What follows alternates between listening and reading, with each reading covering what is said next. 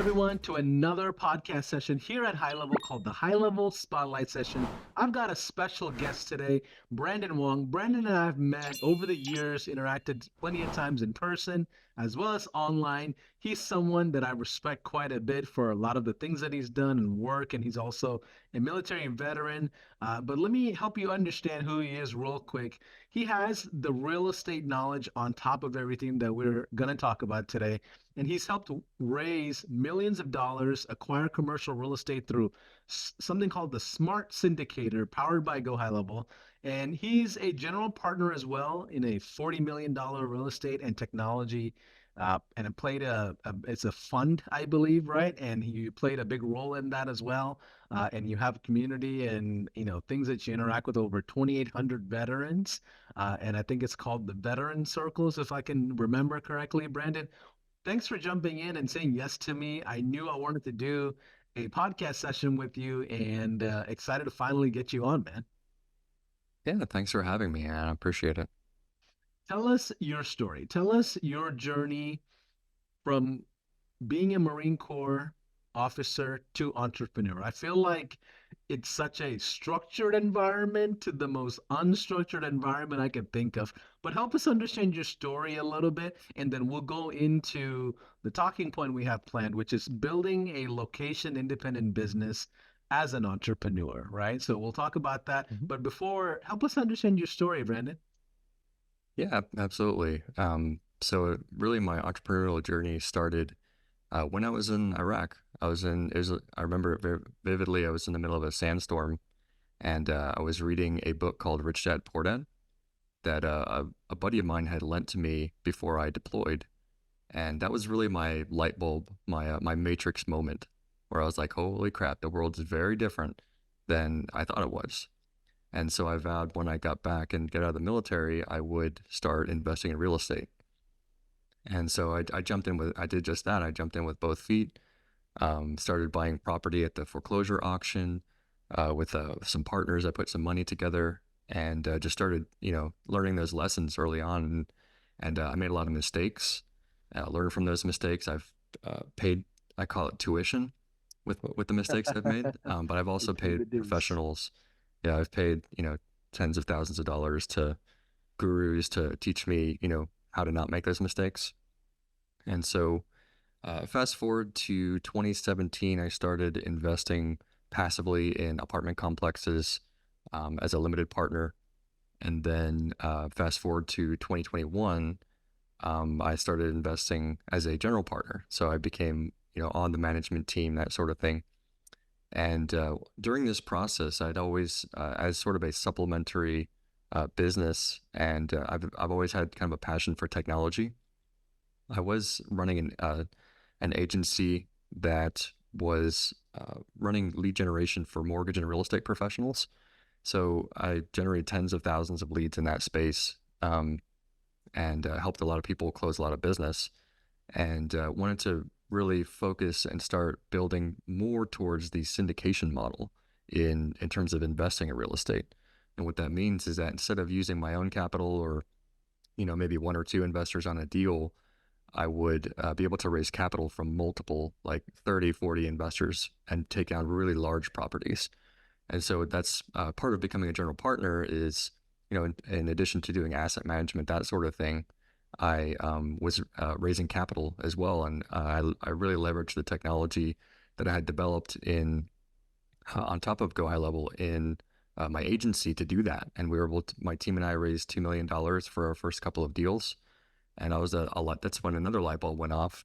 And I was like, holy crap, if this worked so well for me, I could probably help other syndicators too, and part of transitioning out of the military where veterans, I feel, struggle, and I'm sure we'll talk more about this later, but where they struggle sometimes is just that sense of purpose that goes away when they get out. And I believe entrepreneurship is the best way to rediscover a new purpose and continue to serve. It's just you're serving the marketplace now. You're not really necessarily serving your country or going to war, that sort of thing.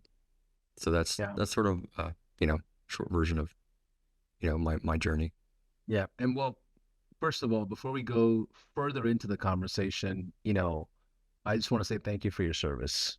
Yeah, not a problem. I don't think veterans in general get enough thank you. So at least I want to just do my part because you contribute quite a bit to our freedoms, and especially in the U.S. and America. And I remember, Brandon, as a child, I think I was like 8, 9 years old, um, and Desert Storm was happening. And I was growing up in India, missionary family, and I remember my dad and mom playing like VHS videos, replay videos of the entire war. We would literally watch Desert Storm for hours in on video back in the day.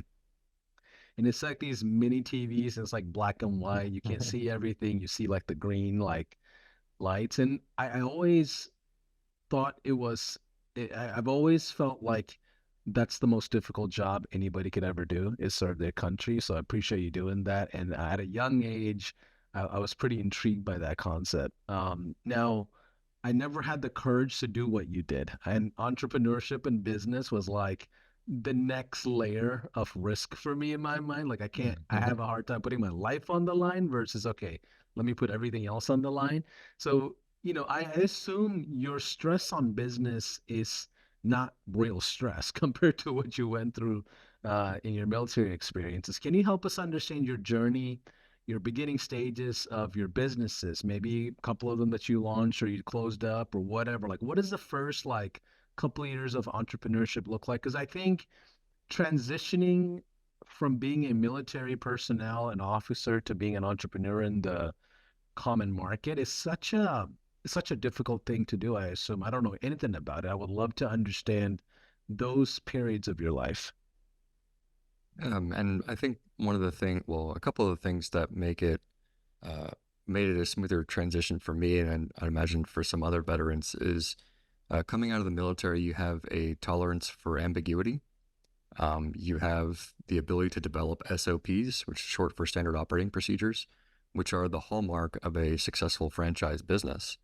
And so you come out kind of equipped with those core skill sets. And then, it takes a little bit of courage to join the military. So you tend to have a little more courage when it comes to taking risks. Um, and so for me, if I could talk to my, 22-year-old self, a little time machine, I would say, hey, the first thing I would say is, buy a fourplex, live in one of the units, and let the tenants pay down your mortgage, and then rinse and repeat that over and over. But additionally, I would say determine what it is puts you in a state of flow, something that you enjoy doing. For those who are not familiar with the concept, it's an activity that you do that you could do for hours and not be paid for it necessarily, and it just time tends to just slow down around you when you're doing that. And what you've identified at that point is sort of something you're passionate about, and I think you can build a business around that because you're already doing it. And so consider trying to identify what that core passion is and transition into building a business for it, making money. You'd be surprised the things that people are interested in, and like underwater basket weaving. I mean, I'm sure there's entire YouTube channels to building baskets, and these Yeah. entrepreneurs make tons of money doing it. So even if your passion is super weird, you're not the only weird person. you know. Well, I think also as we kind of dive into this session, what I want to focus on is building a location independent business as a high level entrepreneur. I mean, the first Mhm. discussion point, like you just said, is defining maybe the entrepreneur's passion properly, right? The Right. second is going, I want you to talk about your experience Mhm. going from a traditional agency to evolving into a investor, essentially with like your own SaaS play that you had, right? And Mhm. the third thing maybe is like building and leveraging the communities around you, the groups and the interactions and the people around this whole journey. So let's talk about the first thing, defining the entrepreneur's passion properly. You shared a few notes here, but how do we get to the conclusion of like, okay, this is what I love doing? Like, how do you get there Mhm. when you are just in the early stages? Yeah, if you're, it's it's challenging if you don't know, um, what it is that lights your fire, if you will. Um, but uh, yeah, I'm trying to think if you don't already know what that is, what the path is. I mean, associating and getting out there and associating with other people until you find that thing, just trying different activities. Um, Now the transition to the business side is, are there conventions around what it is that you're passionate about?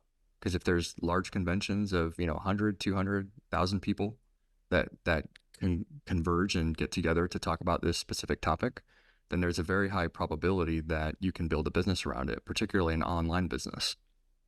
And for me, with, having a passion for real estate, I knew uh, it was pretty obvious that there were conventions, there were real estate investment summits, there were, wholesaling classes and things you could take.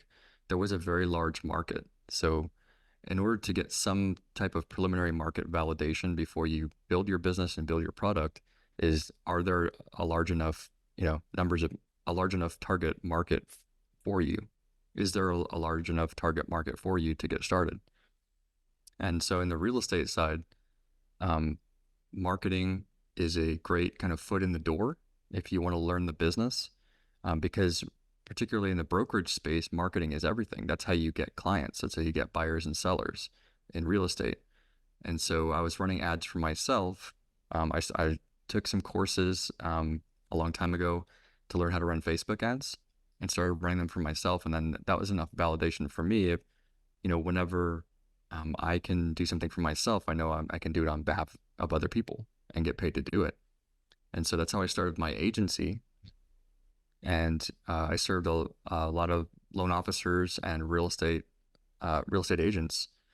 And when I first got started, I was using a ton of different technologies. So I had a ClickFunnels account, I had Active Campaign, I had a couple of other different things I was sort of duct taping together. And then one day somebody had mentioned GHL to me, and so I was skeptical for sure at first. But I signed up for a trial account, and before I make a big decision like transitioning to another platform, I would take a funnel that I built in ClickFunnels and then build a replica one for one exactly the same in the other platform, and I was able to do that in GHL, and I was like, that's all the validation I need. I'm switching, you know. And so I got rid of ClickFunnels. I got rid of all this other stuff. Like literally, if you can achieve the same exact result, but consolidate everything. It just made good business sense for me at the time. And so I developed my agency as I was developing my real estate business. And when I transitioned into syndication, into raising capital, I in the beginning I sort of struggled because a lot of the investors in my database, they didn't I hadn't spoken to them in a really long time, like some of them in like 10 years. And I was kind of hodgepodge, just calling people out of the blue. The conversations were super awkward. They're like, what's this about? They didn't know what it was about. They didn't really know anything about multifamily or any commercial real estate for that matter. And so it was really a lot of kind of brain damage and saying, answering the same questions over and over. And I was like, I know how to use this GHL system pretty good. Let me try to develop a system around that, that I can use on my next deal, And so I started building a profile, building an account that would have a series of text messages, email templates, everything that I needed. And then I developed the workflows to make everything work properly. So I was my first beta tester on that. So on my first couple of deals, my team and I, and we raised $2 million for our first couple of deals. And I was like, this works, and if it works for me, it can work for other people. So that is where I started to recognize the opportunity in the SaaS space. And Yeah. So at this point yeah, you're go ahead. evolving. So at this point you're like, okay, I understand the industry, which is real estate. You start going to conventions, masterminds, Mhm. kind of rubbing shoulders with people in similar spaces, building relationships, trying to figure out what's the expertise. Then you realize marketing and sales is like the fuel to the fire. So you develop Mhm. marketing skills and then you built an agency. Then you're like, okay, there's more to this. Let me consolidate all in one place, obviously with HighLevel, but then you realize you can evolve into, I guess, a SaaSpreneur of some kind or something Mhm. around a productized Right. service, So how? help us understand from going from like, okay, I raised $2 million. Now, how do I leverage, I guess, snapshots and workflows into creating Right. a system, right? Like, help us Hmm. understand that. Yeah. So the initial raise that we did, it was really just testing and building out workflows and and using texting and messaging that actually worked. Like we tested a couple different things, and that was our test bed. So once we actually completed the raise, I looked at all that I had built and I was like, I have a system here that works and it's proven now. So I can use that in my marketing. Like, hey, I'm not just, a random dude with who signed up for GHL and tried to figure this out. It's like I've done it. And if you've been somewhere, you can take someone else there. And so that I developed a snapshot. I've developed, and it's on version like 9 now. We've gone through so many iterations because as more and more people use your system, you find ways to optimize. You find ways to really evolve and make the system easier to use, and just create value for them. And that's been the big thing is listening to my customers. You might think they want it to be a certain way, but if you don't ask them, you'll never know. And I still like to do my own a lot of the onboarding. I'll do onboarding calls. A lot of times I like to do them myself because I want feedback. I want to get that intel to make my product better, and then we'll do follow-up calls after that, like what's working, what's not working, and continue to evolve. So that's been a big part of developing the SaaS model.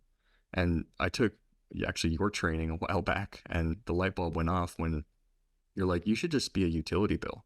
That shouldn't be something that people have to think like for a really long time about signing up. You should be able to create so much value in such a short amount of time, and then just be a utility bill moving forward. And I was like, that's how I want to shift my model. And so I shifted from the agency model.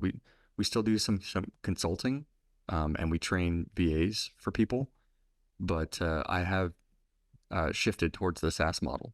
You know, I think that Yeah. that's a better way to do things, and you can help more people because the Yeah. So commitment's help not me. quite as big. Go Yeah. ahead. So help me understand the real estate side of this. How does this Mm-hmm. benefit your real estate business? Like, you went beyond the initial test bed of $2 million that you raised, but like Mm-hmm. how did you leverage something like what High Level has as a systematic tool to Mm-hmm. then, in the industry, like creating competitive advantage or, strategies that other people cannot really like test? Yeah, it sounds funny, but most people don't even really email their databases, and so we've developed a series like a 1 year template series of templates that they can really just enroll their people in. I usually recommend to make some modifications to them, but that's step one is really to get their email sequence in play. And then step two is getting an initial touch point of a text message. So we've developed a model where it really just they push play and it creates opportunities, creates appointments for them. That helps them book appointments. Because really the technology is never a replacement for that face-to-face contact. It's really just an augment. It's a supplementary way to get more face-to-face time. You know, at least in this industry, we're not selling info product, or the users are not selling info product necessarily, and so they need that FaceTime or that one-to-many FaceTime of where they're marketing a webinar or something to that effect. And coming up with that stuff from scratch is challenging for most people, particularly if they're not tech savvy enough to figure it out. So we've taken probably 6 months off of their startup time or their build time if they want to implement the technology, and done a lot of that heavy lifting for them already, and built the SaaS model and the community around that.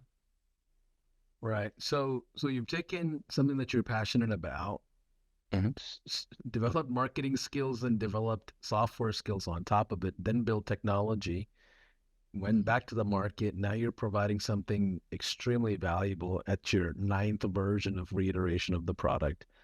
Now, help me understand what your mission is at this point. Like, are you Mm-hmm. in the world of, okay, let me help my fellow veterans or real estate Mm-hmm. professionals? Like, how do you turn this into a service now that you have the Mhm. technology piece? What, maybe a formulated offer, like how did you get to that point of being able to go to market? Yeah, so the Smart Syndicator product is not necessarily designed for veterans. It specifically, a lot of veterans are using it, but because they are syndicators. Now, I have a specific mastermind for veterans within the veteran circles that we meet once a month in person. That's where I serve to help veterans start and grow their businesses. With the Wow. platform, the mission is to really democratize access to private equity, if that Help me makes sense. I understand. don't Yeah, help me go ahead. understand what that means. Because Mhm. PE firms, they have all kinds of roles, and it's Yeah, quite often a country club, and we hear all these different right. things. But like, what are you doing to break those barriers? Because those glass doors, no matter what, exist and they will Yeah, forever exist. But like, help us understand what the differentiation is here. yeah. I mean, I feel like the world shouldn't be ruled by the Black Rocks and the Vanguards of of the world. So I think that individuals, if they're determined, can build their own funds, can build their own, significant pools of capital to take to market to acquire assets, particularly commercial real estate assets. And in terms of how we help them do that is, in addition to the technology and all the automations we've designed, we create an ecosystem where it's sort of a closed group where we meet once a week. We talk about marketing strategy. We talk about different ways to implement strategies on the platform. And then we have a separate tech office hours that we do once a week.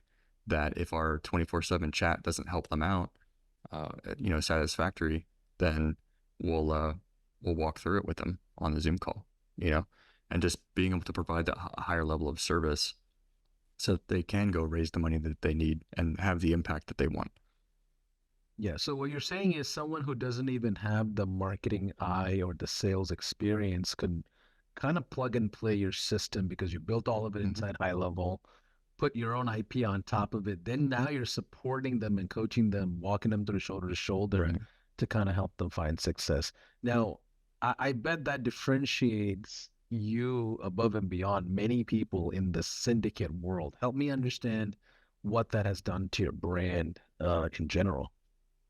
Yeah, we've become sort of the go-to for AI and automation in the syndication space, and uh, I did a lot of testing in the market of what people really gravitated towards, and with all the marketing and all the media buzz around AI and automation, we really just set our sails to that wind that was already blowing, and it's been great to help us grow the brand and develop a name for ourselves. I love that. So the last thing I think we should definitely highlight, I think you had mentioned it, is like the community of high level in general. Like I remember you saying, Hmm. hey, a lot of the spaces in marketing in general is like very competitive, very cutthroat. But you come into the high level family, you feel and you see the collaborative culture. And you Hmm. highlighted on a point that I've raised my hand and said, yes, I need help. Tom Bristol reached out, or, Matt DeSano or JC Hyde. Like you've collaborated with so many people in the ecosystem that we have. Help us understand your thought process because building and leveraging an ecosystem for your path with the right support people around you is like the way you can scale and, help us understand how you Right. did that. Well, and just in like in my real estate business, I've had people that I could lean into to really help me out with the SaaS and using the product, and the community has been just really extremely beneficial in that whenever I reached out for help, there was always boom, boom, boom. I put a comment in the group, and then everybody's like jumping in. Some people are trying to sell you something, but a lot of people are just legitimately trying to, hey, like I had that problem. This is how I fixed it. And they'll even like I've had people hop on a Zoom call with me. They didn't charge me anything. They're just like, hey, let me just show you real quick. And I just hadn't experienced that in a lot of other spaces. You know, marketing tends to be sort of cutthroat. I'm going to hold things close to my chest. I'm going to, grow my business. But I think you've attracted a certain type of persona into your ecosystem, and I've benefited greatly from that. And Yeah. I see it with just the way you guys run your business. Um, the CE, the founders getting on and commenting in the group or just engaging with customers, like you don't see that a lot in modern companies. They're off on a yacht or they're chilling on a beach somewhere, and they might get to you one day, but you guys are just on top of it and you're constantly engaged. And I think Yeah. that's a huge, huge part of it. It's not just technology, it's people that we're getting access to. Yeah. And I think I've shared this with several people in our community in person. But I think the culture that we have inside of High Level is built on humility. And that humility is from our leaders. Like they don't have egos and they're not on a pedestal and there's no ivory tower that you can climb into. Everybody's open, all doors are wide open, all windows are open. There's no titles. And on top of that, we treat our customer the same way. Like whether you are a $300 million agency in front of our desk versus the guy that just read Rich Dad Poor Dad in the Sandstorm, we will treat you the same way across the board. And that culture is, I think, um, the echoing that we see today in all of our events. And funny thing is, other ecosystems built around High Level, other Facebook groups, other Hmm. communities, other masterminds are you see that resonation. You don't see, you know, the culture of like, hey, my Lambo doors are flipping up, you know, like it's a different world of digital citizens I think we have here. But I appreciate your kind words on it. But I don't even think it was meant to be that way. It was just a lot of the personalities. That's just really how it was. It wasn't like we got together and designed it in a humble way or something. Hey, we'll be the the guys with humility or anything like that. It was just by natural interactions. We cared a lot about the customers and we still do and we forever will. And you kind of did the same thing with your customers. You said, hey, I like to still onboard, spend time with my customers, get intel, understand, and then you go rebuild, and now you have the ninth version of your high level. Can you explain the power of that, the power of staying close to your customers, continuously getting feedback? What does that do Hmm. for your business in the long term? Yeah, in the military world, we call that having an entire intel team, military intelligence team that's out there gathering information on the marketplace for you. I've had users say, hey, like there's this other product coming out over here, put it on your radar. It is something they've approached me, and I'd like to see something like this implemented in yours if it's possible. And so instead of me trying to figure out what people want, build it and they will come, I just go and ask them, what do you want? You know, and it takes a lot of the guesswork out, and it actually makes your development cycle faster and makes you iterate much faster if you're collecting that info. And you learn just as much from the good feedback as you do from the bad. Um, and it just helps you both grow your business, but also just grow as a person and be a better listener. So I think it's extremely important to just listen to your customers and gather both. You'll get information on competitors, you'll get information on pricing, things like that, and you don't need to go hunting it down. It just comes right to you. So it's like having your Absolutely. own intel team. Yeah, absolutely. So, building a location independent business as a entrepreneur, we talked about three things. One is defining the entrepreneur's passion properly. Two is going from, Brandon, you sharing your story of going from that traditional agency to that investor SaaS model. But we also talked about how to leverage the ecosystems around High Level. What else would you tell your younger self about this journey? Get started sooner. I feel like that's probably been said on every one of your podcasts, but like, just go get started sooner. Don't waste time because you'll be so much further along and you'll learn so much faster. Yeah. So as we kind of close out, Brandon, what are you working on the next couple of quarters? What's in your horizon? Where can people find you? Where are the communities? Where are the masterminds? Help us understand how, especially a lot of the veterans in the group. I think they should connect with you.